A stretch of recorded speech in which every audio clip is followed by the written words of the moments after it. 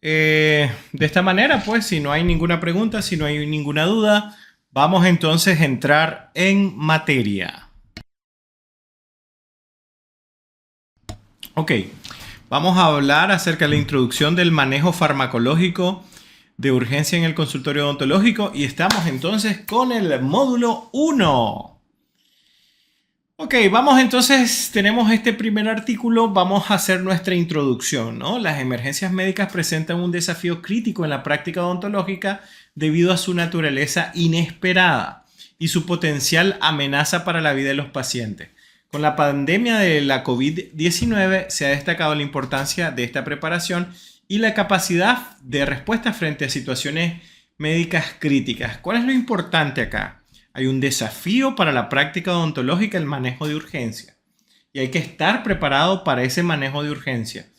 Creo que una de las labores profesionales médicas que se vio más inmersa en este proceso de cambiar y hacer modificaciones importantes a la práctica profesional fue la parte odontológica. Aunque nosotros tenemos protocolos antes de la COVID-19 para el manejo de este tipo de situaciones, esto nos vino pues a afianzar un poco más este tipo de protocolos, ¿no? Desde el control de infecciones hasta lo que sería un manejo adecuado de las urgencias en el consultorio. Ahora, este otro artículo que nos habla acerca de la necesidad de una adecuada preparación del equipo dental y la implementación de protocolos específicos para garantizar la seguridad del paciente y mantener altos estándares profesionales en la práctica odontológica. Y por ahí coloco un escáner y pongo unas preguntas, o sea, dejo ahí flotando unas preguntas por ahí. Y esta es una crítica muy personal para el gremio. Veo que hay mucho odontólogo, mucha clínica odontológica que está desmedidamente preocupada por tener un sistema digital y obviamente al tener este tipo de tecnología pues puede optimizar ciertos procesos, puede hacerlo más rápido, puede hacerlo más preciso, pero cuando regresamos al punto inicial, ¿no? Que es nuestro paciente, ¿qué tan preparado estoy yo para manejar una urgencia si me importa más tener un escáner, tener un flujo digital de trabajo y el manejo de urgencia en el consultorio odontológico simplemente es algo que a mí no me va a pasar? Y desafortunadamente esa es la postura que muchas veces el odontólogo llega a tener. A mí no me va a pasar. Y bueno, años atrás, antes de que tuviéramos esta normativa, ¿no? Que busca concientizar a la población acerca de cómo debe manejarse en la vía, años atrás, si uno pasaba por alguna zona rosa de alguna ciudad, uno podía ver un fin de semana, un sábado, por ejemplo, bares que tenían un montón de motos estacionadas. Y yo me pregunto, todas esas personas que estaban ahí en ese bar y que andan conduciendo una moto y que seguramente están tomando alcohol, tenían una idea en su cabeza. Y es, yo sé que tomar es malo, porque de repente puede suceder un accidente, pero a mí no me va a pasar. Y ese es el gran problema con el manejo de las urgencias. El hecho de tomar esta postura, a mí no me va a pasar. Como en algunos de los videos se los planteé, yo les dije en su momento de que esta información, este conocimiento, es mejor tenerlo y no necesitarlo que necesitarlo y no tenerlo. Si ustedes tienen una complicación en el consultorio que a cualquiera le puede pasar y no tienen los mecanismos, protocolos, conocimientos, fármacos necesarios para poder manejarlo, pues eventualmente no lo van a hacer bien. Y eso obviamente va a tener una complicación adicional que va a terminar generando una consecuencia, ¿no? Nadie quiere hacerle daño a nadie, pero nosotros tenemos una obligación adicional y es poder mantener a nuestros pacientes seguros. Este otro artículo nos habla acerca del aumento en la longevidad y la prevalencia de las enfermedades crónicas. Hace algunos años tuvimos a un estudiante de segundo año de odontología en una de las universidades donde tengo el gusto de poder participar. Y ese muchacho apenas tenía 18 años. ¿Ustedes creen que un paciente de 18 años llegue a tener una enfermedad crónica no transmisible? Y él, como contaba de inicio, no tenía ningún antecedente médico, se sentía bien. Y tomamos la presión de este paciente y se dio cuenta de que era hipertenso a sus 18 años. Ahora, un paciente hipertenso a los 18 años, que obviamente quiere tener una expectativa de vida superior a los 70 años, va a tener mucho tiempo hipertensión y eso va a hacer que su forma de manejo de hipertensión cambie, porque entre más temprano se diagnostica una enfermedad, es mejor el tratamiento, porque alarga el proceso degenerativo o de degradación que genera la enfermedad o la condición misma. Pero esto lleva a que tengamos pacientes más jóvenes, por ejemplo, que tengan una condición médica a temprana edad, ¿no? Y que me haga a mí utilizar protocolos específicos para el manejo de ese tipo de pacientes. Entonces, uno de los puntos que lo pueden encontrar en ese artículo es que cada vez tenemos a pacientes enfermos a más temprana edad o que coexisten con esa enfermedad por un largo periodo de tiempo. Nunca va a ser igual un paciente diabético que tiene 3 años de diagnóstico que un paciente diabético que tiene 20 años de diagnóstico. Su daño orgánico, su manejo terapéutico, sus funciones biológicas obviamente son diferentes a un paciente que recién ha sido diagnosticado o que debuta con este tipo de enfermedad. Entonces, eso nos lleva pues a tomar en cuenta enfermedades crónicas no transmisibles bastante clásicas como la diabetes y la hipertensión, enfermedades cardíacas que han incrementado también su permanencia y obviamente la incidencia de emergencias médicas en el consultorio, y se hace relevante que nosotros podamos evaluar al paciente según el estatus físico, que es la famosa clasificación ASAPS de la Sociedad de Anestesiólogos de América, ¿no? Que nos ayuda a evaluar el riesgo posible de los pacientes, sobre todo la clasificación ASAPS. Coméntenme ahí en los comentarios si conocen la clasificación ASAPS, si ya ustedes ya saben a qué me refiero cuando hablamos de la clasificación ASAPS, para que por ahí nos lo coloquen en el chat. Veo que hay un mensaje. Aquí nos coloca el doctor Enzo Parodi, un gran gusto. Al consultorio hoy en día han llegado múltiples pacientes donde han llegado ya diagnosticados con hipertensión y fue luego de pandemia, según la información brindada por su internista. Ese es un estudio que se está llevando a cabo, las correlaciones entre esta enfermedad y el desarrollo de otras condiciones, pero lo que nos dice el doctor Parodi hace mucho match con lo que estamos comentando, y es precisamente este apartado de que vamos a tener cada vez más pacientes con una condición sistémica que nos lleva a nosotros a tener que saber cómo manejarlo. Recuerden ahí colocar en el chat si conocen de la clasificación ASAPS, si han tenido ya contacto, si ya la han usado, si ya han podido emplear esta clasificación de alguna manera. Entonces, esto nos lleva a 2 puntos.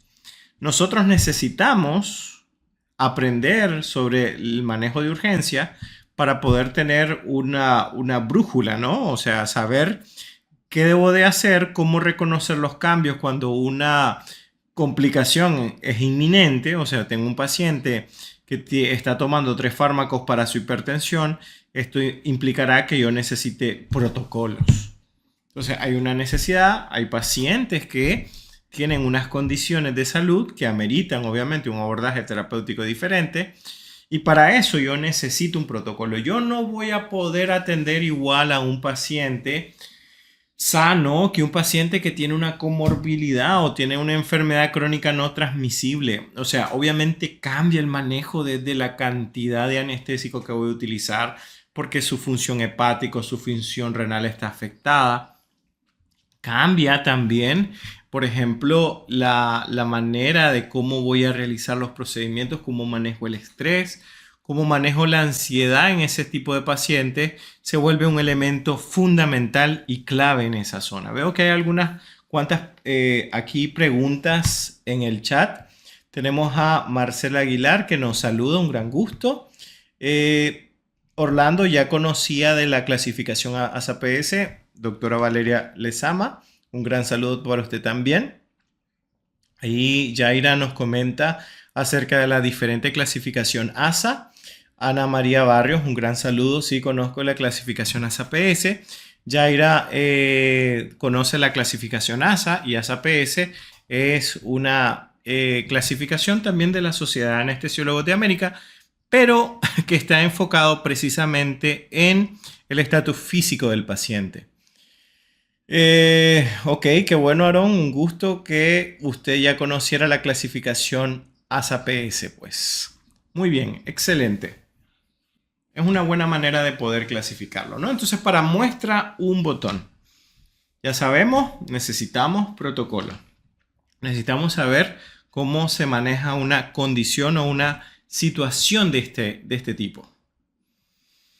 Semanas atrás, en nuestro grupo de WhatsApp, porque para los que se inscribieron al curso, ellos recibieron un correo donde estaban las fechas, el desarrollo del curso como tal, y luego recibieron otro correo que era para hacerse parte del grupo de WhatsApp.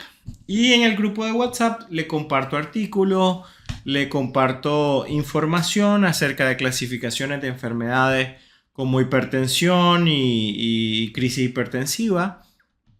Y también planteamos un caso, ¿no? Este era un caso de una pacientita pediátrica de 9 años que se le colocó anestesia para hacerle un procedimiento en unos dientecitos y luego sufrió una complicación. Lo que les voy a presentar es precisamente la respuesta de los participantes a ese caso.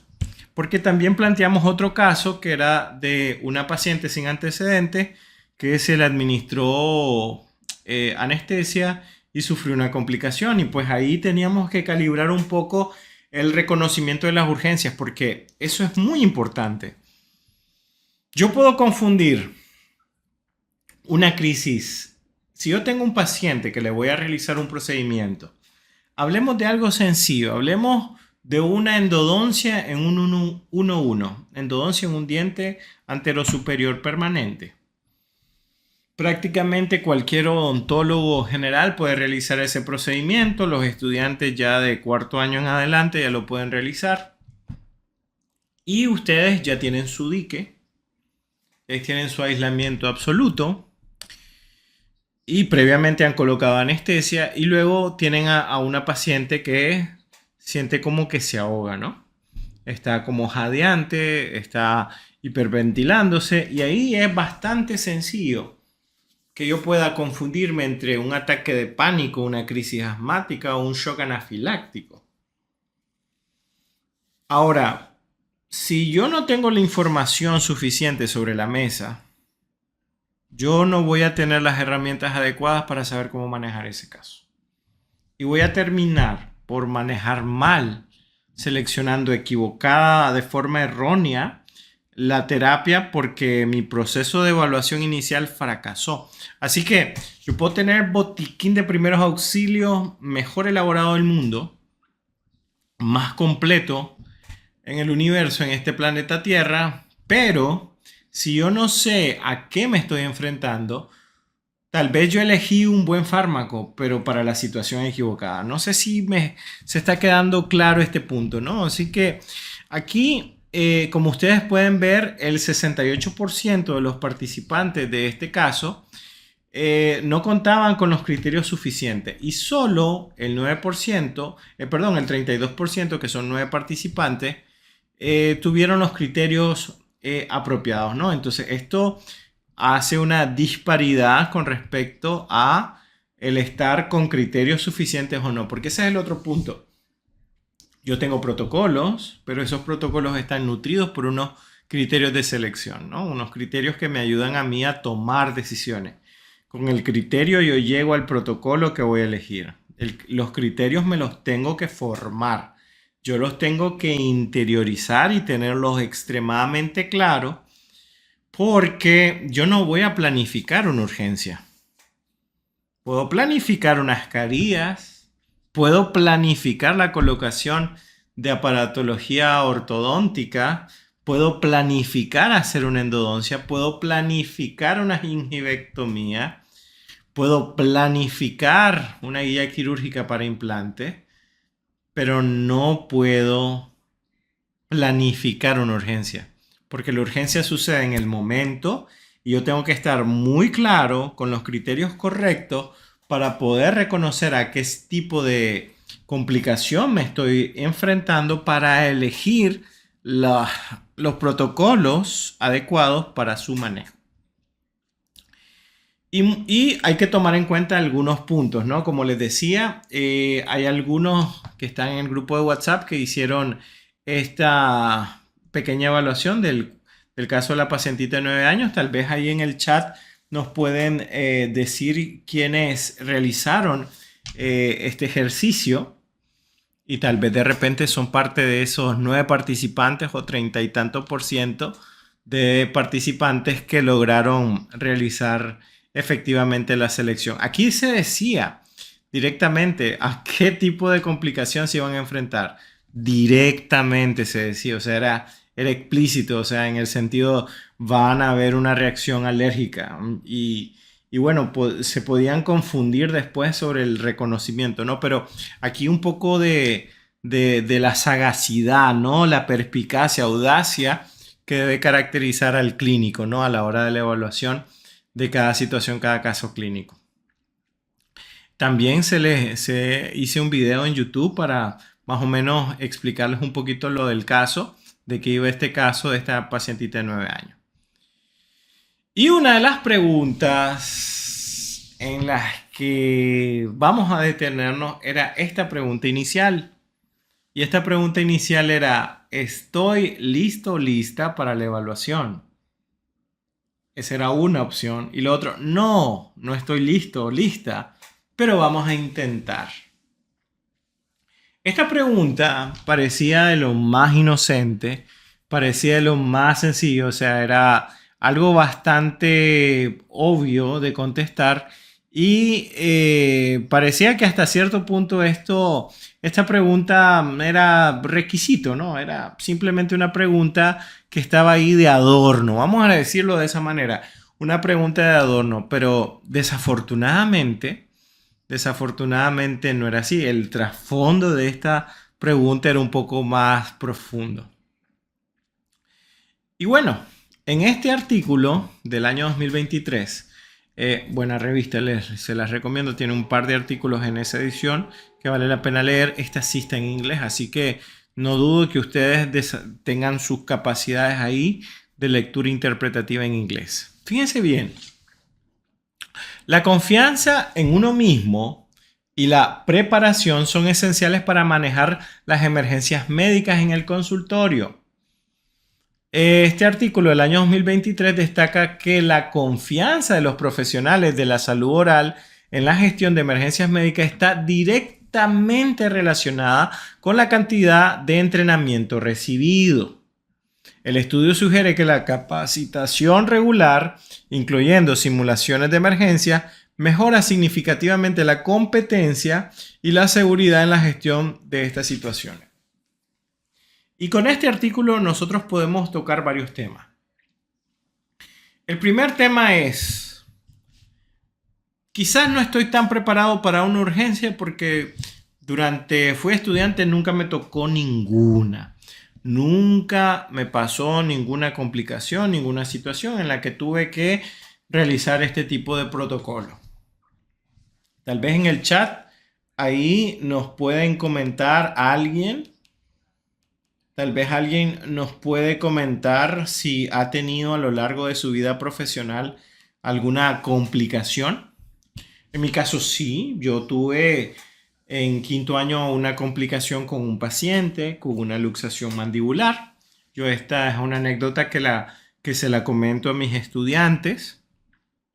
Y gracias a eso, pues yo sé cómo manejar esa complicación a ese punto, pero si nunca me he enfrentado a una situación así, probablemente cuando lo tenga, si no tengo claros los criterios, no voy a elegir el protocolo adecuado y lógicamente pues voy a errar en el manejo de la misma. Esto eventualmente nos hace reflexionar sobre yo siempre tengo que estar preparado porque no sé ni el día ni la hora que me va a tocar un paciente, que ese paciente vamos a tener una complicación.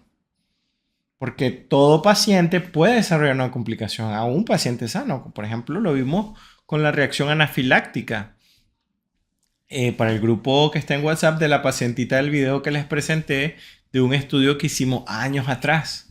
Cerca del año 2017 hicimos un estudio en la Universidad Católica para ver cómo estaban las competencias en el diagnóstico de urgencia en el consultorio por parte de los estudiantes. Fue un estudio bien interesante porque los pusimos a los estudiantes a ver videos y que ellos reconocieran cuál era la complicación y nos dijeran pues cuál sería el protocolo de manejo, ¿no? Sobre, tienes la situación, es algo que no estabas esperándote tener, no estaba planificado, pero como vos tenés los criterios, tenés las herramientas a través de los protocolos para poder saber cuál es el manejo más adecuado. Entonces hay que tener confianza, pero la confianza se gana a través de obviamente la práctica.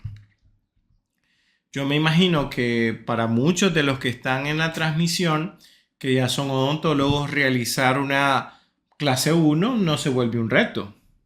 La clase 1 normal, no complicación, caries extensa, algo, algo promedio, ¿no? Alguna preparación de unos 2 milímetros, pues yo creo que a nadie le va a dar temor realizar algo de eso, ¿no? Porque hizo muchas a lo largo de la formación profesional. Pero en el caso de las urgencias, muchas veces no tenemos una capacitación a lo largo de la programación, dependiendo de la universidad donde esté, y eso pues obviamente me llevará a que yo no esté con las herramientas adecuadas para poder hacerle frente a eso. Eso por un lado. Es que a mí nunca me lo enseñaron en la universidad.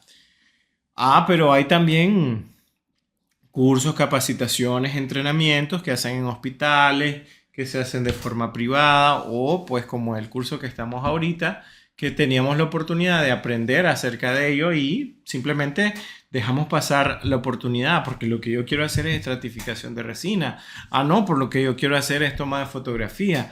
No, lo que yo quiero hacer es guía quirúrgica. No, lo que yo quiero es utilizar un software. Yo quiero ahora administrar el consultorio. Que todo eso está perfecto. Todo eso es válido, todo eso suma. Pero si ya tengo, por ejemplo, un curso de fotografía, ya tengo un curso de carías, pues ver dónde el manejo de urgencias tiene un espacio, porque si yo sé manejar bien una urgencia, le salvo la vida a un paciente. Y si yo sé estratificar bien un diente, pues sé estratificar bien un diente. Va a quedar a los ojos del espectador bello, ¿no? Pero creo que nuestra labor médica odontológica es un poco más trascendental y por ello no nos podemos distraer con otros aspectos. Espero de que la idea quede bastante clara. Por aquí veo unos mensajes. Dice aquí Nicolás: en cuarto año de la universidad tuve una complicación postoperatoria con un fármaco mal prescrito, dice ahí Nicolás. Después tiene aquí, dice Zairín Fernández: yo sí tuve una paciente cuando era estudiante en una extracción, sudoración excesiva y fría, ¿no? Interesante, ¿no? Pero así como nos comentan los que están en la transmisión, nos dicen de que, bueno, han tenido esa experiencia, pero han sido uno o dos. Y bueno, sabemos de que cuando estamos en la universidad, y si soy estudiante, hasta cierto punto me siento pues seguro, ¿no? Porque estoy respaldado por la universidad, pero alguien me va a decir qué hacer, el doctor, tutor que está conmigo sabrá qué debo de hacer, algún compañero me va a ayudar, de repente va a haber alguien con un medicamento por ahí y de alguna manera se va a resolver, porque bueno, sé que puedo voltear a ver y me encuentro con alguien que me puede dar la mano, pero si estoy solo en mi consulta, Y si yo soy el jefe del odontólogo de esa zona o de esa área o de ese consultorio, pues yo tengo que tomar las decisiones, yo tengo que saber qué debo hacer, ¿no? Y si no tengo la confianza y la seguridad, pues lo más seguro es que la complicación se termine dando. Por ejemplo, aquí tenemos a Yaira, dice, no he tenido pacientes, pero como paciente yo he sido la de la urgencia. Wow, interesante. La pregunta es, ¿cómo manejó Yaira ahí la doctora o el doctor la situación? Muy bien. Entonces, aquí este artículo básicamente nos dice que si nosotros tenemos confianza, vamos a poder enfrentarnos de forma adecuada a la urgencia. Pero si tengo poca confianza, lo más seguro es que lo haga mal. Entonces, cuando yo tengo la confianza se gana ¿cómo? ¿Cómo se gana la confianza? ¿Cómo se gana la confianza? Bueno, la confianza se gana cuando yo tengo algoritmos, los algoritmos que me permiten a mí saber, si el paciente tiene este signo o este síntoma, esto obedece a esto, voy a valorar esto y esto significará que tiene esta situación u otra. El estar familiarizado con la situación, el tener un conocimiento previo de ello. Yo me acuerdo perfectamente de las clases en pregrado que me daba el, el doctor Lugo. No el doctor Marcelo, sino que el doctor Rodolfo. Que él siempre nos comentaba de complicaciones que se pueden dar en cirugía. Yo le prestaba especial atención a ello cuando era un estudiante de tercer año, por ejemplo. Incluso cuando luego nos volvimos a encontrar en quinto año también en cirugía. Siempre eso me llamaba la atención porque digo yo, o sea, yo me planteaba, ¿no? ¿Y qué voy a hacer si estoy solo, ¿no? O sea, esto es como información valiosa que yo debería de atesorar porque me va a ayudar a poder saber qué hacer, ¿no? Si yo conozco, si yo manejo bien los criterios y tengo los protocolos y obviamente tengo las herramientas para ese manejo, pues voy a tener la confianza, ¿no? Pero si hasta que mi paciente esté hiperventilándose, yo voy a buscar el albuterol, el clenbuterol o el salbutamol a la farmacia y la farmacia está cerrada o no tiene, pues se me va a complicar bastante, ¿no? Porque no tengo una visión de poder enfrentarme al problema de una forma efectiva. Por acá tengo otros mensajes en el chat que me voy a permitir leérselos para comentarlos en este momento. Solo permítame un momentito, vamos a ver acá. Tenemos aquí a Enzo, bueno, tenemos a, no he tenido pacientes, esto nos dice Yaira, ¿no? No he tenido pacientes, pero sí pues he tenido una complicación. Aquí nos dice el doctor Trejos, reacciones adversas a fármacos como tramadol. Es bien interesante lo que nos dice el doctor Trejos. El tramadol como un opioide es un fármaco que nosotros deberíamos de utilizar con bastante cuidado, sobre todo cuando tenemos un dolor de intensidad moderada, combinarlo quizás con algún AINE para reducir su concentración y obviamente una de las reglas importantes con los fármacos es no mandar fármacos, tratar de no ser el primero en enviar un fármaco en particular. Enzo por aquí nos dice, la última que me sucedió fue que la paciente acudió a la consulta y se le realizó su historia clínica, donde detalla que no toma medicamento y que es ASAPS-1. Se le realiza exodoncia en la siguiente cita y la paciente no paraba el sangrado. El esposo de la paciente dijo que tomaba aspirina, clopidogrel y el sangrado no paraba. Tuve que parar la hemorragia con una gasa y con peptobismol, usar el bismuto. Bueno, al menos el doctor tuvo aquí, o sea, tomó la decisión de realizar algún procedimiento. Aquí cuando nosotros tenemos una hemorragia de este tipo, le voy a regalar dos nombres de fármaco, doctor, para que los tenga por ahí y lo tenga como parte de su botiquín, haciendo un enorme spoiler para el módulo 3. Y los dos fármacos que les voy a recomendar es la fitomenadiona en ampolla, así que si va a comprar la ampolla, también tenga consigo jeringas, ¿no? De 21 por 1,5, de 3 o 5 cc. Ese es el primero, fitomenadiona. Y el segundo es el ácido tranexámico. Eso lo puede dar por vía oral o lo puede dar por vía intramuscular. Entonces, ácido tranexámico o lo que es la fitomenadiona. Ojo con el ácido tranexámico, que la dosis máxima al día no debe superar los 15 miligramos por kilogramo de peso. Bendito doctor Lugo, por ahí dice la doctora Zairin Fernández, ¿no? Ok. Perfecto, por aquí concluyo este segmento de datos en el chat. Y bueno, regresamos nosotros acá a nuestra charla, ¿no? Así que si tienen alguna pregunta, alguna duda, pues ahí perfectamente la pueden realizar. Este artículo, que es del año 2023 de la Asociación Dental Americana, enfatiza en la importancia de la preparación y la formación continua para manejar las emergencias médicas en el entorno dental.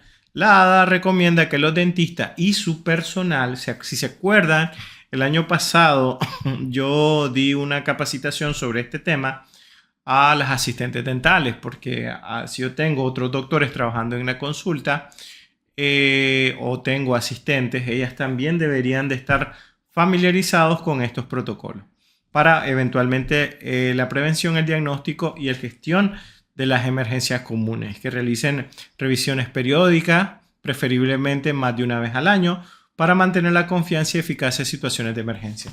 Aquí ya nos dicen de que para que yo pueda tener esa retroalimentación efectiva que me lleve a que yo logre tener bien claro los protocolos de manejo, es al menos 2 capacitaciones al año. O sea, dediquen ustedes al menos 2 momentos en el año a poder capacitarse en estas zonas. Yo sé que entre mejor capacitados estén va a ser mucho mejor para sus pacientes. Eso a mí me queda extremadamente claro. Pero como esto es algo que no voy a poder hacer como una caría o una guía quirúrgica, tengo que estar constantemente retroalimentándome sobre esto, ¿no? Y buscando los espacios para hacer capacitaciones de este tipo. Entonces, un punto importante es la evaluación previa que yo debo de hacer a mi paciente. ¿Y cuál es la mejor herramienta para hacer una evaluación previa de paciente? Vamos a detenernos por ahí para que nos comenten en el chat cuál sería esa manera. ¿Cuál sería esa manera de evaluación previa, ¿no?, de nuestro paciente? ¿Cómo nosotros llegamos a ese punto?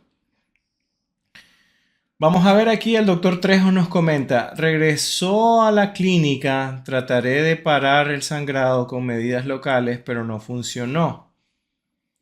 Medidas locales no funcionó, entonces el paciente le suministré disinone. Luego de 10 minutos el paciente se descompensó con mareos y sensación de vómito. Es que aquí lo que pasa, aquí afecta desde la posición que tenemos al paciente y cómo nosotros llegamos a generar la homeostasia. Eso que nos dice Jesslyn es fundamental. Para que nosotros podamos evaluar el riesgo de un paciente, vamos a necesitar indiscutiblemente una buena historia clínica y una toma de signos vitales. Por ejemplo, el doctor Parodi nos comentaba que hicieron una anamnesis. La paciente aparentemente no tenía ningún tipo de complicación o amenaza de enfermedad y terminan clasificándolo como ASA 1. Lo importante del ASA-PS es que a mí me permite, a través de los signos vitales y la historia médica, determinar si mi paciente es un ASA-PS 1, 2 o 3 para los réditos específicos que yo debería tener para su manejo. Así que ese es como un plus que tiene la clasificación ASA-PS, porque me presentan mayor cantidad de escenarios posibles a la hora de evaluar el caso de un paciente. Arriba, doc. Voy a ver el doctor Trejos. Dice, reacciones adversas a fármacos como el tramadol. Y después dice, Regresó a la clínica, traté de parar el sangrado, pero bueno, tal vez está más arriba, doc. Tal vez ahí yo me estoy perdiendo. No, no, perdí un poco el hilo, doc. Lo siento. Estaba tratando de leer aquí. Aquí lo tengo, doctor, disculpe. Perdón. Otra complicación que tuve es que un paciente de 14 años se realizó exodoncia de primeros premolares por indicación ortodóntica. Se paró el sangrado y se mandó a su casa. Al día siguiente el paciente seguía sangrando, dice. Ok. Regresó a la clínica, traté de parar el sangrado con medidas locales, pero no funcionó. Entonces el paciente le suministré dicinone y luego de 10 minutos el paciente se descompensó con mareos y sensación de vómito. Bueno, aquí en este caso, cuando tenemos un paciente, es bien importante que si hay un evento hemorrágico, nosotros lo manejemos lo más pronto posible. Un paciente tiene mareos, tiene esta sensación de debilidad por un trastorno de equilibrio hemodinámico. Así que ahí ayuda mucho cómo se puede compensar con algún tipo de suero o algún tipo de elemento rehidratante. Y no hay que darle larga. Si tenemos una situación de hemorragia, hay que tratar de evaluarlo, o sea, manejarlo de la forma más rápida posible. Hay muchas cosas que podemos hacer dentro de la consulta, como maniobras operatorias para el control de la hemorragia. Si quieren, en el grupo de WhatsApp, los que están en el grupo de WhatsApp, podemos tener una sesión especial sobre el manejo y control homeostático. Vamos a hacer una encuesta en el grupo de WhatsApp para ver si tenemos una sesión especial sobre el manejo hemodinámico. Toma de signos vitales, por ahí nos dice el doctor Parodi. Y Heisy Rodríguez, historia clínica completa y toma de signos vitales. Eso que me dicen, toma de signos vitales, vamos a ver cómo es de importante un poco más adelante. Ok, perfecto. Por ahí tenemos ya los mensajes para que continuemos con nuestra plática. Muy bien. Ok. La práctica de medir la presión arterial en la primera cita odontológica no es universal entre los dentistas. Se tenía que decir y se dijo. Un artículo en el 2023 nos da este golpe sobre la mesa brutal. No es periódico, no es regular que el dentista tome la presión.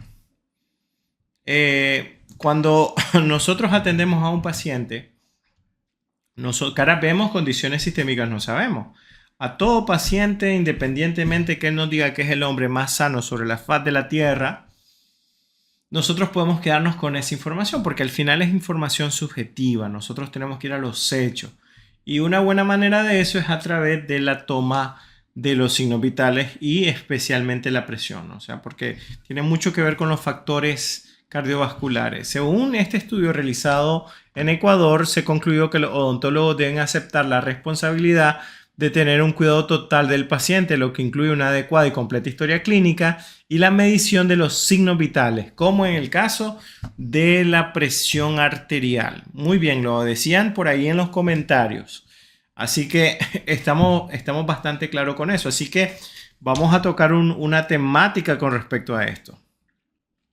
Si yo les presento a estos 5 pacientes, vamos a poner paciente 1, 2, 3 y 4. Vamos a ponerlo en ese orden.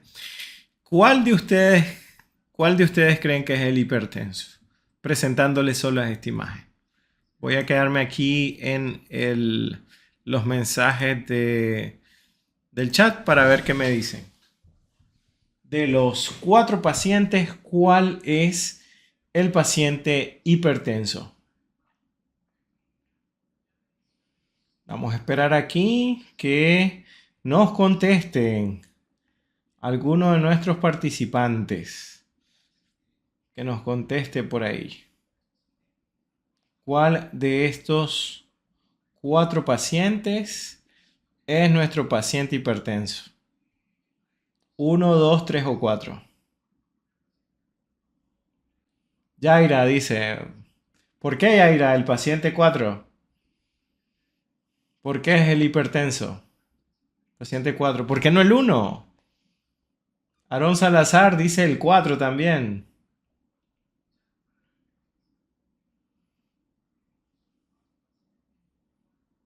No se puede saber hasta tomar la presión, Alexandra. Alexita Álvarez. Fíjense que nos dice Alexa. No se puede saber hasta que tomemos la presión. Porque puede ser que caras vemos, enfermedades no sabemos. Eso sí, si se quedan con eso, es una de las cosas de este primer encuentro importante. Caras vemos, condiciones sistémicas no sabemos. El paciente número uno puede parecerse que es, no sé, el próximo Superman, pero no por eso significa que sea sano. No nos dejemos llevar por una cara bonita, por una edad temprana, sino o una edad avanzada. O sea, nosotros tenemos que quitarnos, perdón, los estereotipos. Y sea el paciente mayor o el paciente más joven, cualquiera puede tener hipertensión. Y como bien nos dijo Alexa, hay que tomar la presión. Ok, ahí dice, no se puede saber, cualquiera podría hacerlo. Jóvenes siempre son las más sanas, ese es estereotipo, ¿no? Los sanos son los más jóvenes y no siempre es así. Ah, por ahí está Stacy Rivera. Dice, en base a la apariencia no podemos saber, hay que tomar la presión. La doctora Lezama, todo sospechoso. Todo eso yo pensaríamos que es el 4 dice. Ok, Arianita Muñoz, no se puede calificar a una persona desde su apariencia física. Correcto. Usted lo dijo antes, caras vemos, condiciones no sabemos. Se debe de hacer un registro de la toma, por lo menos una semana registrada, hora y fecha para determinar los valores. Sobre todo un paciente que está descompensado, un paciente hipertenso. Marta Quintana nos dice, cualquiera hasta que no se demuestre lo contrario. Eso tiene familiares abogados, la doctora Marta Quintana. Ana María Barrio, debemos de dudar de cualquiera de los 4 pacientes, como bien dice usted. Todos nos iríamos por el mayor, pero los demás pueden padecer hipertensión, que hasta puede estar causado de estrés o de otro tipo de actividad. Ok, muy bien, lo tenemos claro. Excelente. Ok, seguimos por acá. Cuando nosotros hablamos de un paciente hipertenso, nosotros nos podemos encontrar con 3 situaciones. Un paciente, cualquiera de los pacientes anteriormente que vimos, tomamos la presión y nos da valores de más de 120 milímetros de mercurio. Entonces ahora, ya sé que mi paciente tiene la presión alta. Me espero 5 minutos, la vuelvo a tomar. Puede que esté generando en un pequeño porcentaje de ansiedad.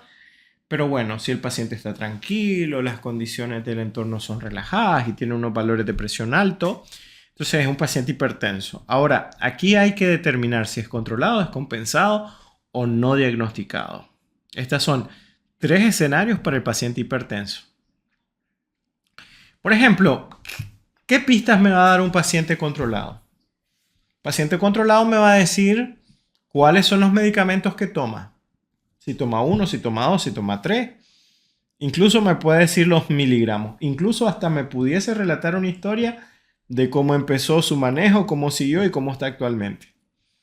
El paciente descompensado va a ser errático. No me va a decir, es una pastilla, no me acuerdo cómo se llama. O mi hija sabe cuál es porque yo no me la sé. O un paciente que no se toma su medicamento diario, sino solo, sí, yo soy controlado de la hipertensión y solo cuando me siento mal me tomo la pastilla. Eso es, le está gritando, tiene un cartel aquí en la cara que le dice que es un paciente hipertenso descompensado. Y el no diagnosticado es como ese paciente que tiene un antifaz que pues precisamente no sabía de que estaba enfermo y que la cita odontológica se convirtió en una oportunidad para poder establecer si estaba o no en problema.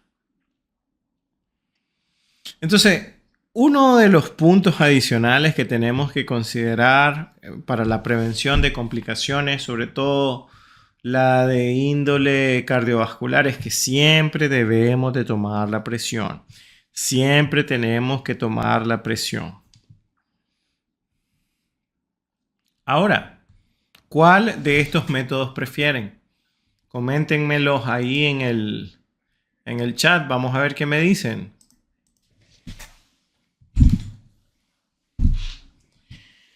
Y mientras estamos viendo esto, dice aquí, todos iríamos por el mayor.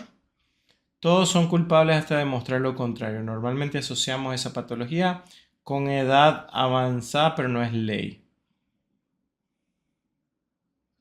Si el descompensado sí, no sabe exactamente qué pastilla es, ¿no? Qué medicamento, no nos da nombre, no nos da detalles. Ese es el gran problema de nuestros pacientes descompensados.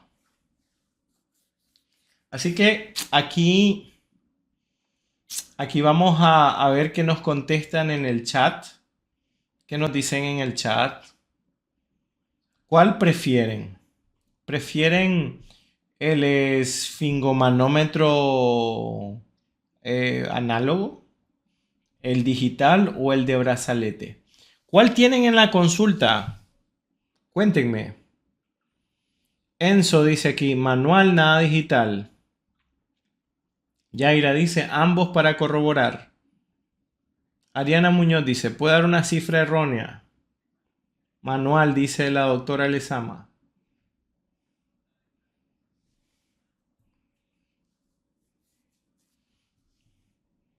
Yo el año pasado fui a un consultorio para ver un caso de patología oral de una pacientita que tenía una lesión verrucosa en el paladar. Era una señora geronta. Pedí un tensiómetro y no había. No había un tensiómetro, mal llamado así porque el nombre adecuado es esfingomanómetro. No había un esfingomanómetro en la consulta. Eso es, hoy en día, como a la doctora Lezama, ella es del área de la parte de odontología adhesiva, así que es como, yo voy a una clínica donde hacen odontología basada en adhesión y es como que si en esa clínica no tuvieran una lámpara de fotocurado. Así es un consultorio. Un consultorio odontológico tiene que tener sí o sí un esfingomanómetro. No podemos nosotros. Ahórrense quizás en la lámpara, no se compren la Valo, cómprense una buena calidad-precio, como por ejemplo la Blueface. Pero dejen dinerito para su esfingomanómetro. Einer Busto nos dice manual. Marcela Cristina Aguilar Montiel manual. Enzo Parodi dice golazo. Frases originales de aquí el doctor Parodi. Perfecto, pues. La mayoría se decantó por el. La mayoría se decantó por el manual. Vamos a ver qué dice la literatura. Vamos a ver qué dice la literatura. Aquí miren quién apareció aquí.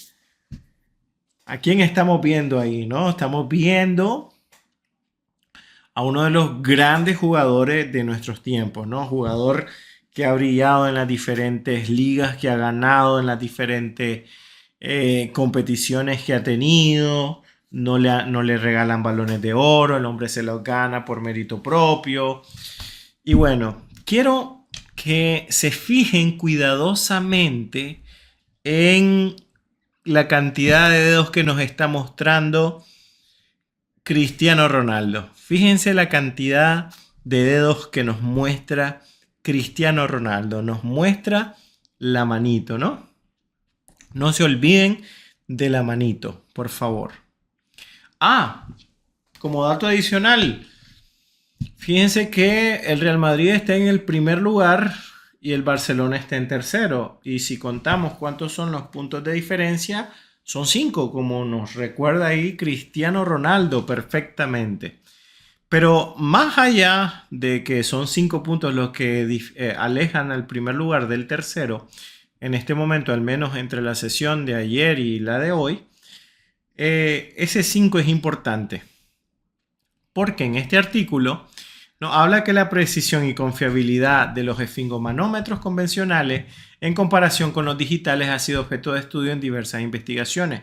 Un estudio transversal realizado en el Reino Unido encontró que solo el 5% de los esfingomanómetros de mercurio presentaban lecturas erróneas, como la manito que nos ponía Cristiano, y superiores a 4 milímetros de mercurio, en contraste con un 12% de los digitales y hasta el 22% de los aneroides, que son otro tipo de sistema digital para el registro, ¿no? Hay que tomar en cuenta de que un tensiómetro digital, entre más nuevo es mucho más preciso, y conforme va llegando al año, pues su nivel de precisión va bajando.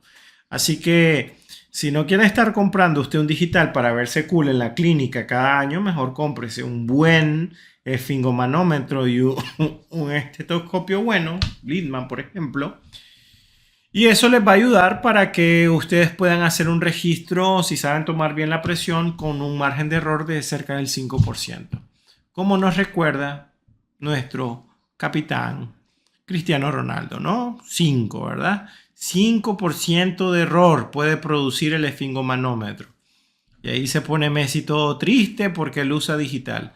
Así que el GOT realmente no es ni Messi, no es ni Cristiano, sino que es el esfingomanómetro manual. El esfingomanómetro manual. Yo sabía que iban a estar comentando con respecto a esto. Yo sabía que iba a herir susceptibilidades. Iba a herir susceptibilidades. La práctica de medir la presión arterial en la primera cita odontológica no es universal entre los dentistas. Ya se los había mencionado y aquí hay que recordar, una responsabilidad es una adecuada y completa historia clínica llena, ¿no? Y medición de los signos vitales, que lo veníamos reforzando anteriormente. Cuando nosotros llenamos la historia clínica, nosotros vamos a tener pistas. Esas pistas nos van a ayudar a nosotros a enfocarnos en ciertos aspectos que nuestro paciente nos puede estar alertando, ¿no? De por dónde pueden estar sus complicaciones.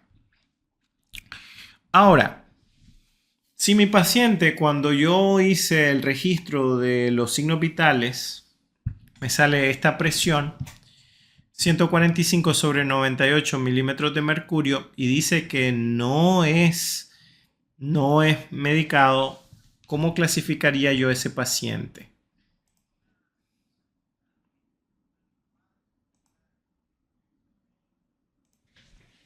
A ver qué me dicen.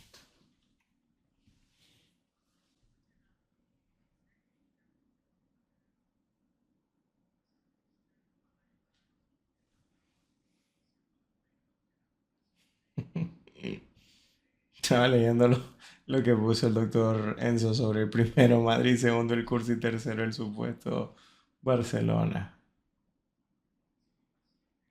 Un Madrid controlado, un Barca descompensado.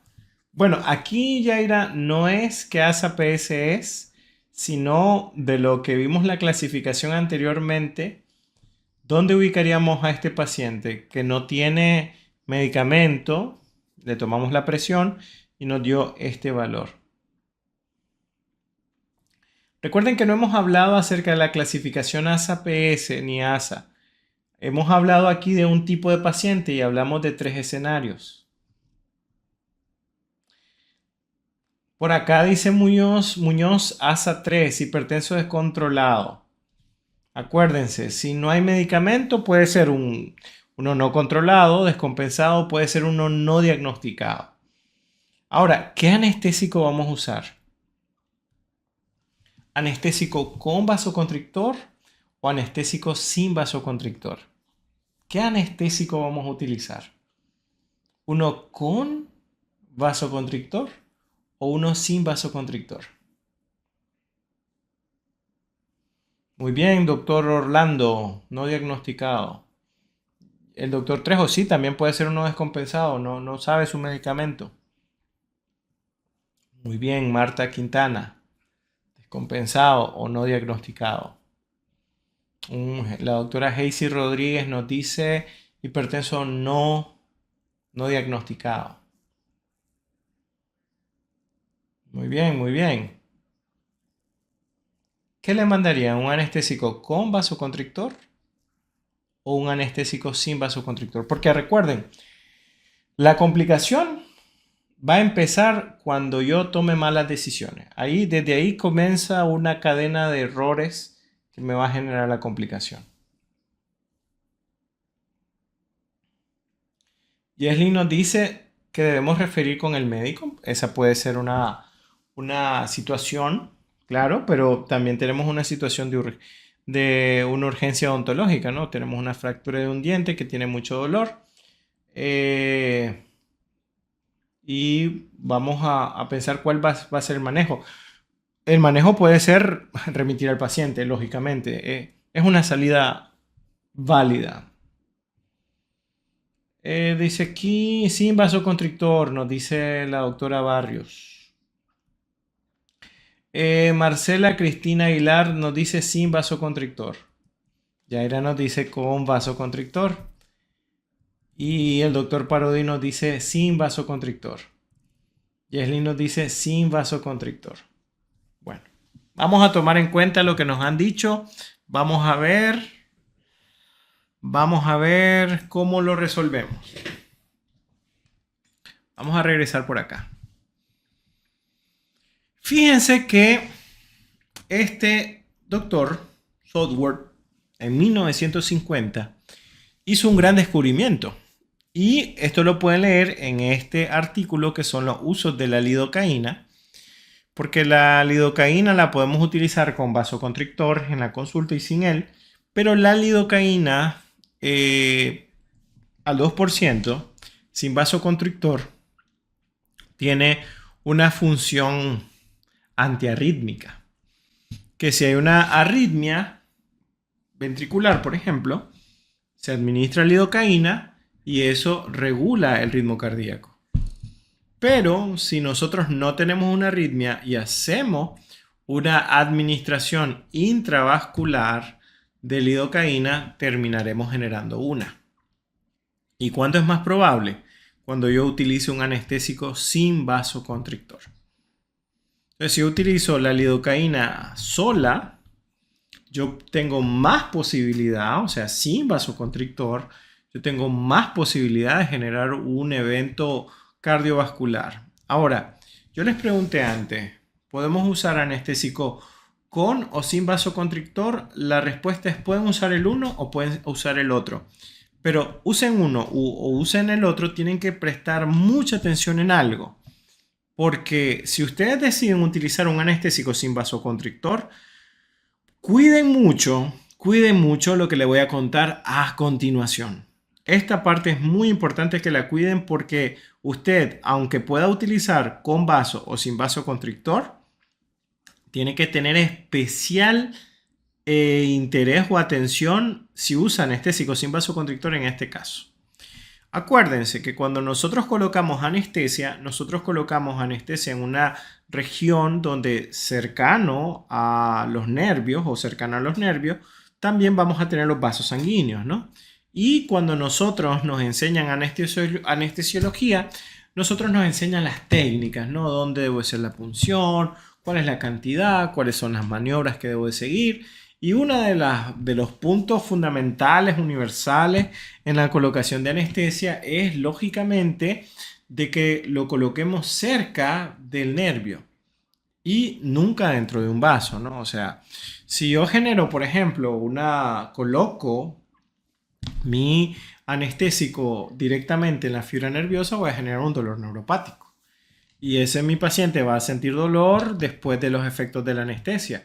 Incluso un paciente que puede haberse cicatrizado de lo que le realizaron y ese dolor neuropático se enmascaraba con el proceso inflamatorio de la extracción, la endodoncia, el procedimiento que le realizaron, y aunque la inflamación se resuelva con las semanas, el dolor neuropático va a estar ahí presente, ¿no? Y desafortunadamente el manejo farmacológico es lo más conservador porque lo otro es procedimientos intracraneales. Pero, aunque el dolor neuropático es un problema, es peor aún Una inyección intravascular. Si usted realiza una inyección intravascular de lidocaína sin vasoconstrictor, usted puede tener una arritmia cardíaca que puede llevarlo a un paro cardíaco.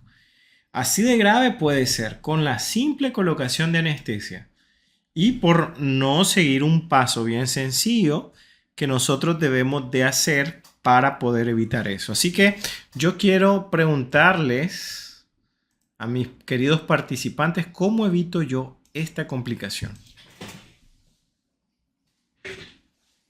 ¿Cómo evito yo esta complicación?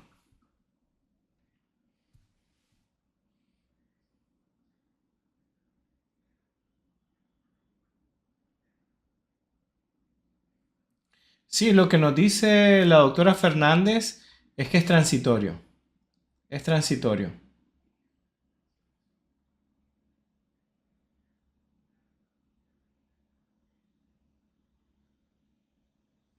En este caso, doctora, lo que nosotros tenemos que hacer, si decide utilizar un anestésico con o sin, es la cantidad. ¿Qué le recomiendo? La tabla de Miller para poder ajustarnos perfectamente a las dosis. Ok, ¿qué nos dicen por acá? Aspiración. Hay que hacer la aspiración. Ok. Aspiración, aspiración, aspiración. Perfecto. Me encanta. Me encanta, me encanta, me encanta. Vamos a rifar para el grupo de YouTube nicaragüenses ahorita el ácido hialurónico en gel el grupo King, de Laboratorios King. Para el comentario que diga los pasos que debo de seguir para poder realizar un correcto aspirado. Vamos a dejar ahí que lo anoten, que lo escriban por ahí. Los pasos que yo debo de seguir para realizar un correcto aspirado, ¿no? O una correcta aspiración a la hora de colocar la anestesia con seguridad.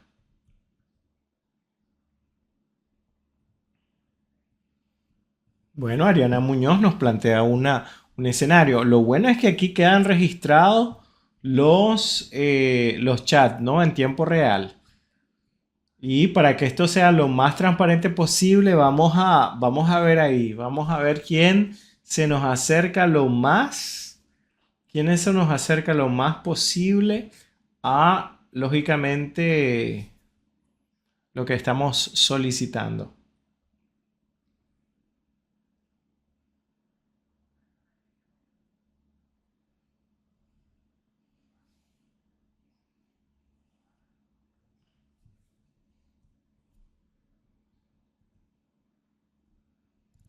Estamos rifando en este momento el ácido hialurónico en gel para clínica de Laboratorios King para que nos digan cómo se realizan los pasos para un correcto aspirado.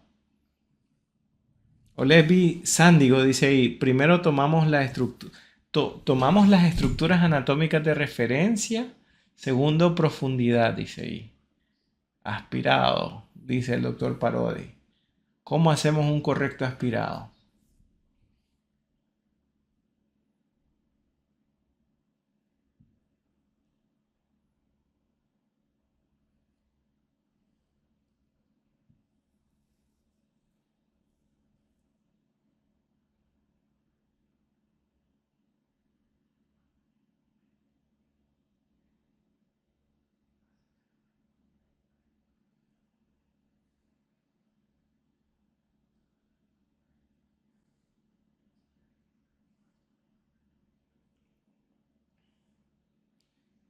Vamos a ver, espero que lo digan antes de que avancemos, ¿no? Si no, vamos a tener que acumular este premio para la siguiente sesión. Ya serían dos premios. Si no lo logran, al menos el del grupo, al menos los de YouTube, ahí que aquí es bateo libre. Ya los del grupo de WhatsApp, solo los que están en el grupo de WhatsApp. Preparación de la zona, inserción de la aguja, realizar aspiración. Se detiene el avance de la aguja y se tira suavemente el émbolo, dice aquí el doctor Parodi.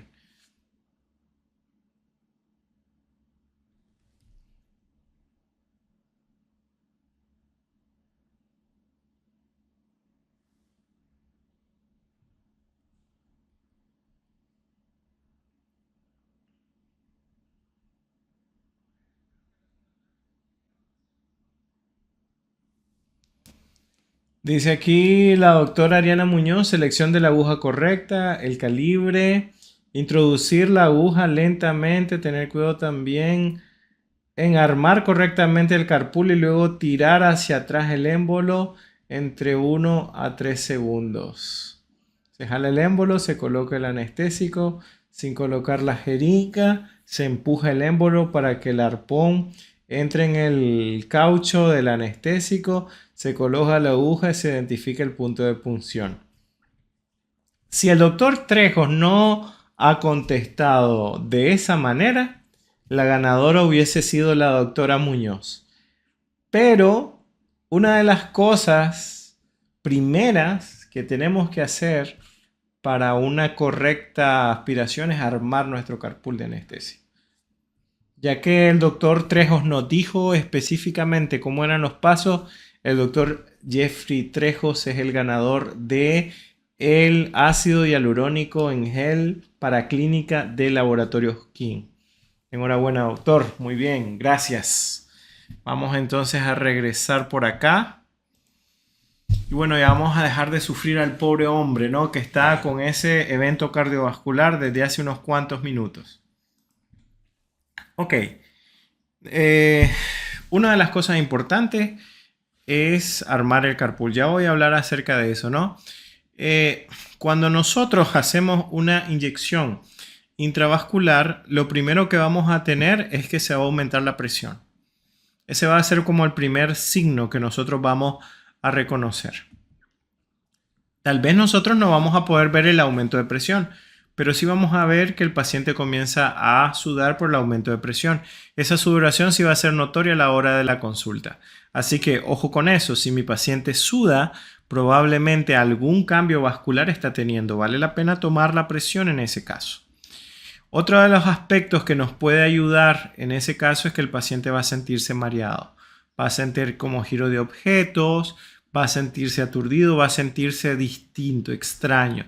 Ahí nosotros vamos, o que el paciente nos diga de que se sintió mareado, esos van a ser unas características importantes. Otro de los signos importantes que nos puede, síntomas en este caso que el paciente nos puede alertar es acerca de entumecimiento de ciertas zonas del cuerpo, ¿no? Brazos, piernas, alguna zona de la cara, un entumecimiento perioral incluso la mitad de la cara podría ser unos signos de alerta interesantes, ¿no? Y luego ya vendría pues el evento cardiovascular precisamente. Entonces nosotros tenemos una serie de sintomatología previa que nos lleva a desencadenar eso. ¿Qué es lo que nosotros no podemos hacer? No prestarle atención a todos estos cambios, ¿no? O sea, si está pasando algo, pues venimos nosotros y lo primero que hacemos, notamos algún cambio en este ámbito, tomamos nosotros presión.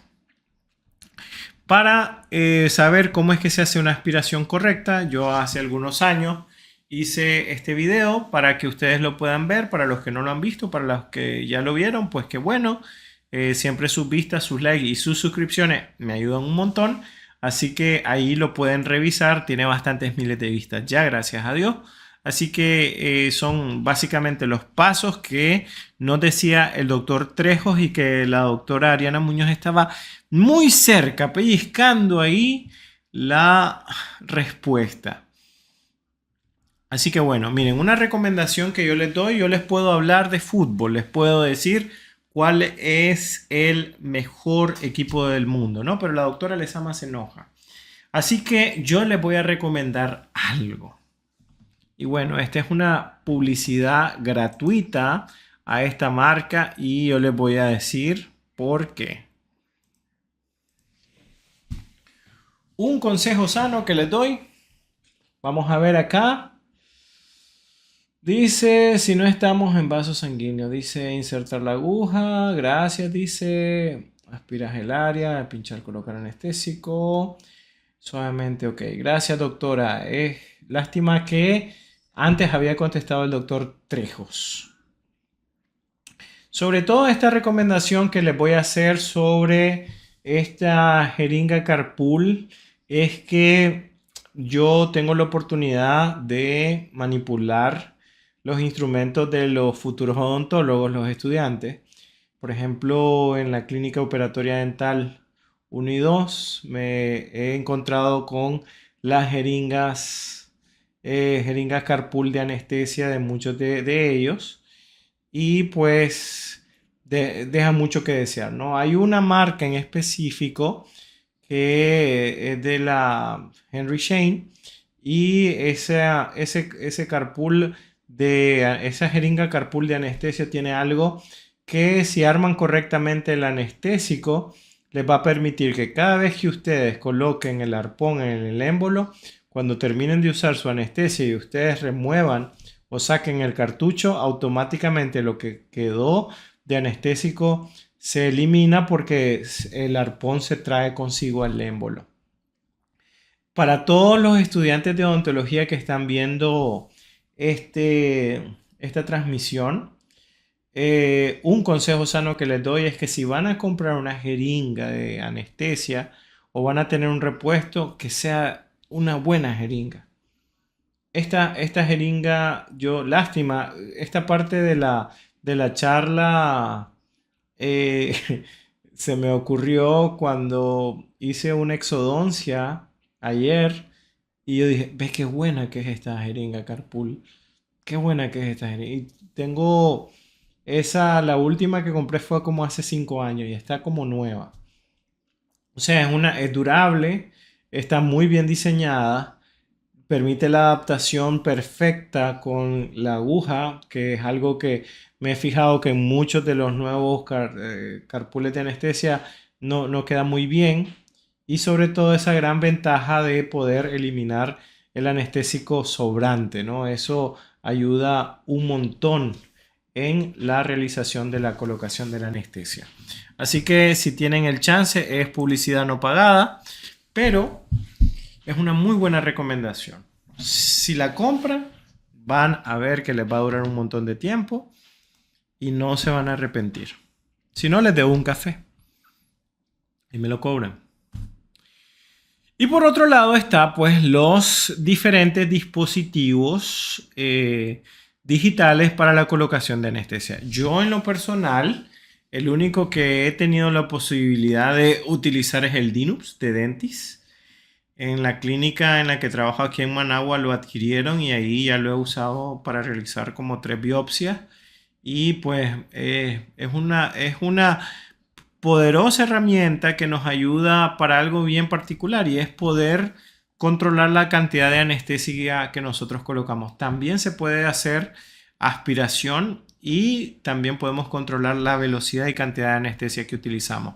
Sería bueno que pudiésemos comparar estos sistemas para dar la opinión. Si alguna casa comercial de repente quiere que pruebe su jeringa de anestesia digital, pues puedo hacer una comparación, por ejemplo, con Dinups, que me parece que es una muy buena herramienta, sobre todo para controlar la cantidad de anestesia que se utiliza y también para poder evitar las inyecciones intravasculares, porque hay una opción para el aspirado en este tipo de dispositivo. En este yo, porque lo conozco. Los otros no sé, tendría que probarlo para poder darles una opinión. Pero de lo que sí he usado es de Dentist, Dinups, y sí tiene esa función, ¿no? Al principio es contranatural para uno usar estos dispositivos, pero después de unos cuantos usos uno ya se acostumbra. Pero es una muy buena alternativa. Definitivamente es una muy buena alternativa. Ahora, nosotros podemos tener un desmayo también a través de algo que se llama un síncope ortostático. O dentro de los síncopes vasovagales está el ortostático. Fíjense bien en acá. Aquí hay unas cosas muy interesantes a discutir. Y es, fíjense cuál es el volumen de sangre que hay en la cabeza del paciente en una posición, ¿no? Si por ejemplo está sentado, sobreextendido los pies, por ejemplo en el sillón. Si nuestro paciente se pone de pie muy pronto, hay un vaciamiento de los vasos sanguíneos porque la sangre se acumuló a nivel de las extremidades inferiores y el retorno va a ser un poco más lento. Entonces, a menos de que a nivel de los vasoreceptores se dé, en vez de una vasodilatación, una vasoconstricción, vamos a tener ese mareo del paciente. ¿Cuál es la recomendación acá? Mi paciente puede marearse cuando se pone de pie muy bruscamente, luego de pasar largos periodos de tiempo en el sillón. Si mi paciente pasó más de una hora en el sillón dental y este luego se va a reincorporar, déjenlo en posición de sentado, no de cúbito de sentado inmediatamente y luego de pie. No, déjenlo en posición de sentado. Luego que coloque los pies sobre el piso, ¿no? O sea, lateral al sillón. Y hasta después de pasar un par de minutos como mínimo que se ponga de pie para evitar pues este tipo de complicación que es este mareo, ¿no? Que puede dar al levantarse, ¿no? Que es simplemente ortostático y aquí no amerita un manejo farmacológico, ¿no? Porque no todo es utilizar fármacos, sino que poder reconocer los mecanismos fisiopatológicos de ciertas situaciones en el consultorio. Así que no pongan de pie a su paciente de golpe. Déjenlo sentadito, luego que se ponga lateral y que los pies lo ponga en el piso y luego que se ponga de pie después de al menos un par de minutos de estar en esa posición. Bueno, ya estamos llegando prácticamente al final. Vamos a hablar ya de la parte esta de la medicación. Y aquí, bueno, les voy a presentar esto. ¿Cuáles son los fármacos que pueden usar los pacientes que tienen una enfermedad sistémica bajo el Formulario Terapéutico Nacional de Nicaragua? En el código QR que ustedes pueden ver por ahí, ustedes van a encontrar el Formulario Terapéutico Nacional para que lo descarguen y ahí podrán encontrar cada uno de estos fármacos que son los que se utilizan para el manejo de la hipertensión. En Nicaragua, un paciente hipertenso puede utilizar hidroclorotiazida, enalapril, captopril, losartán, amlodipina, nifedipina o atenolol. Estos fármacos se utilizan, como lo vamos a ver un poco más adelante, dependiendo de la situación de hipertensión o el avance de la misma enfermedad. En este apartado, lo que yo les quiero mostrar es que importa saber qué medicamento toma el paciente. Hay una canción famosa de Franco De Vita que dice, no basta. Y en esa canción habla acerca de pues, que criar a los hijos no es algo sencillo. Uno critica a los padres, pero cuando uno está en esa posición de padre, comete al final los mismos errores que el papá y al final termina malcriando a los hijos porque uno cree que puede hacerlo y realmente no. Es una canción muy emotiva, una canción que la verdad a mí si la escucho yo se me sale una que otra lágrima, pero al punto al que voy es que no basta con simplemente saber si mi paciente está tomando un medicamento, sea hipertenso, sea diabético, sea de otra condición sistémica. Yo necesito conocer los detalles, yo necesito saber exactamente cuál es el medicamento que está tomando. Así que, ¿usted está tomando medicamentos? Sí, inmediatamente averiguar cuál es. Y acuérdense que cuando tenemos medicamentos hay nombres genéricos y hay nombres comerciales. Hay que ver, hay nombres comerciales que pueden incluir hasta 3 fármacos en una sola tableta. Así que una sola tableta, por ejemplo, la Benicard de Menarini, trae 3 fármacos. Entonces, uno es la hidroclorotiazida, por ejemplo, la amlodipina y la otra puede ser el atenolol. El punto es de que yo necesito conocer cuáles son esos fármacos. No basta simplemente con saber que mi paciente está o no con medicación. Yo necesito conocer cuál o cuáles son los medicamentos que toma. Para el Formulario Terapéutico Nacional, los fármacos que un paciente diabético utiliza básicamente son insulina, glibenclamida y metformina. Ojo, aclaro, los fármacos que estoy presentando es de la lista básica del Formulario Terapéutico Nacional de Nicaragua. Hay otros fármacos para el manejo de hipertensión y de diabetes, pero estoy colocando cuáles son los fármacos que comúnmente utiliza un paciente, ¿no? Porque es lo que está normado en el Formulario Terapéutico Nacional de Nicaragua. Para los pacientes asmáticos tenemos desde salbutamol, beclometasona, formoterol, salmeterol, tenemos teofilina y también tenemos un corticosteroide como la prednisona. Para los pacientes con reflujo retrogástrico, Tenemos el omeprazol y la ranitidina como alternativas. En el caso de los pacientes con epilepsia, tenemos desde ácido valproico, carbamazepina, clonazepam, diazepam, fenitoína, fenobarbital, lorazepam. O sea, hay una variedad amplia de fármacos que se pueden utilizar para ese tipo de alteraciones. Ahora, ¿a qué es lo que voy? Hay un montón de fármacos que los pacientes pueden tomar. Y la terapia farmacológica que un paciente tiene es muy importante porque me dice a mí en cómo está mi paciente, cuán grave es su enfermedad, qué tanto ha avanzado y cuáles son los réditos de seguridad que yo debería de tener. Entonces, para muestra, un botón. Vamos al primer escenario, el escenario A.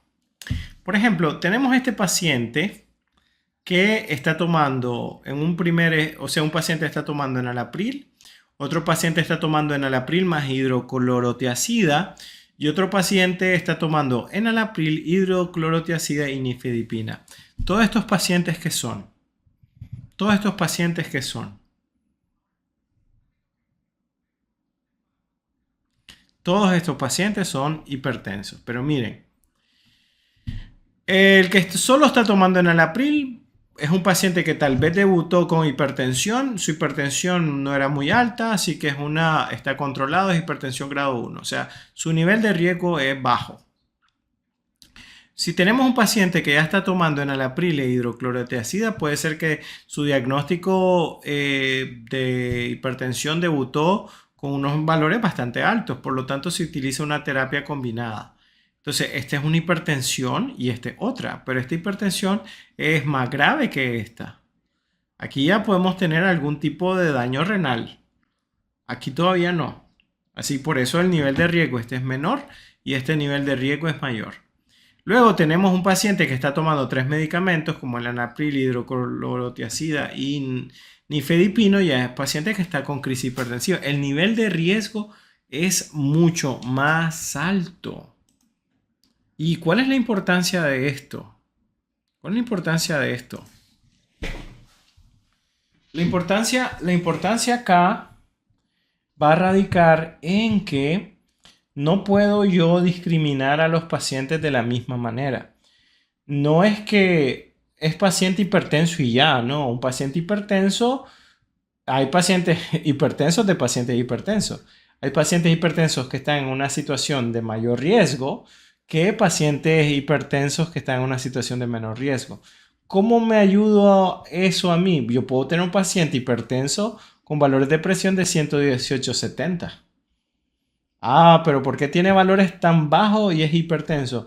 Ah, porque está tomando 3 medicamentos y está en una terapia que su manejo de crisis hipertensiva ya lo hace tener esos niveles. Así que aquí mi valor de presión arterial, si yo no conozco los fármacos, me puede dar una referencia muy mala.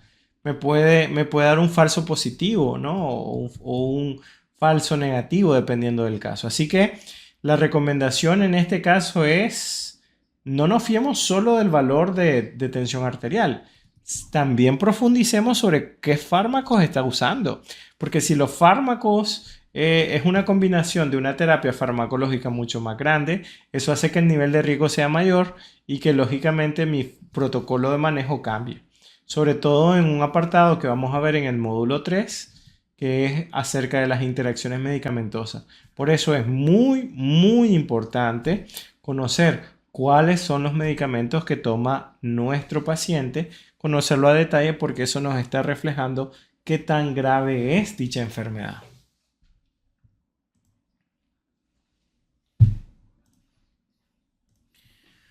Muy bien, muy bien.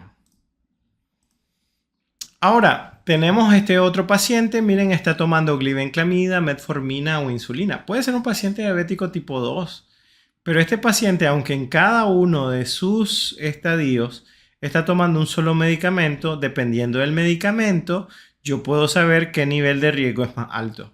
Si tengo un paciente diabético tipo 2 y ya está requiriendo insulina, significa que ya tiene daños en diferentes órganos y que su enfermedad es más grave que el que apenas está tomando glibenclamida. Podría yo decir, este es un paciente diabético controlado, este también y este también. Pero son tres pacientes diabéticos controlados, pero que tienen un nivel de riesgo diferente. Porque simplemente el medicamento que están utilizando lo ubica en un nivel de riesgo distinto. Si este primer apartado sobre los escenarios, los fármacos que están utilizando los pacientes les quedó claro, por favor, pongan en el chat un pulgar arriba. Pongan un pulgar arriba para saber si esto quedó claro. Luego voy con lo de Ariana Muñoz. Es una muy buena pregunta la de Ariana Muñoz, así que quiero saber si esta parte quedó claro con su pulgar arriba.